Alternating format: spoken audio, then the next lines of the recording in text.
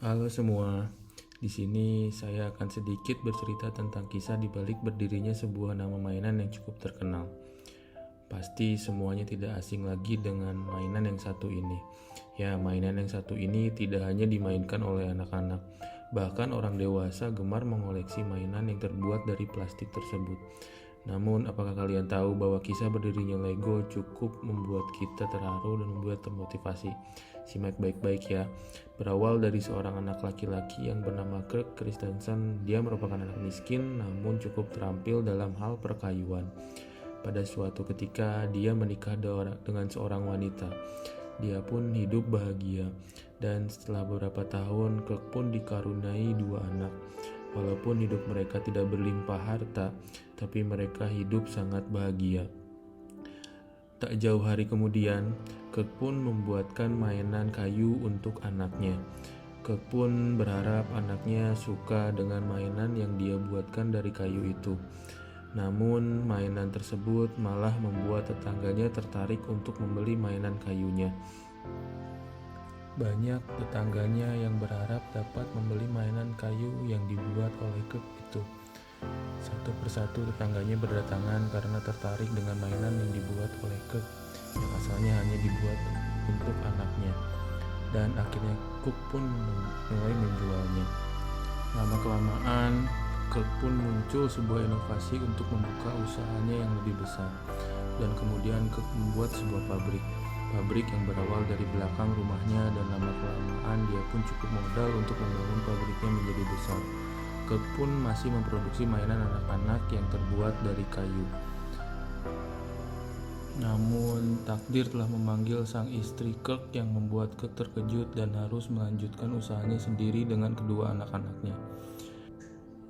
Kirk sangat terpukul karena istrinya telah tiada.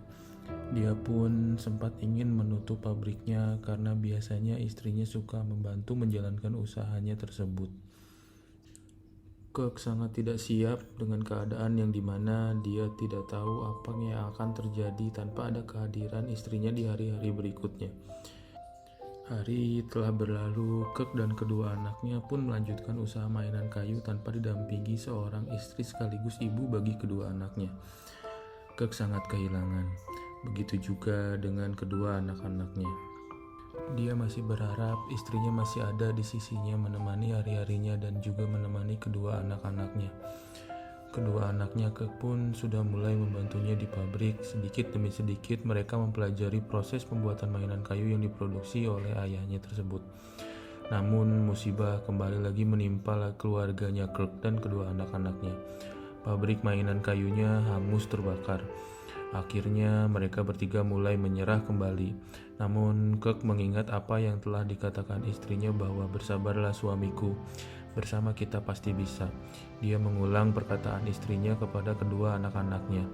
Anak-anaknya pun memberi semangat kepada ayahnya agar terus berusaha walau sudah beberapa rintangan mereka hadapi.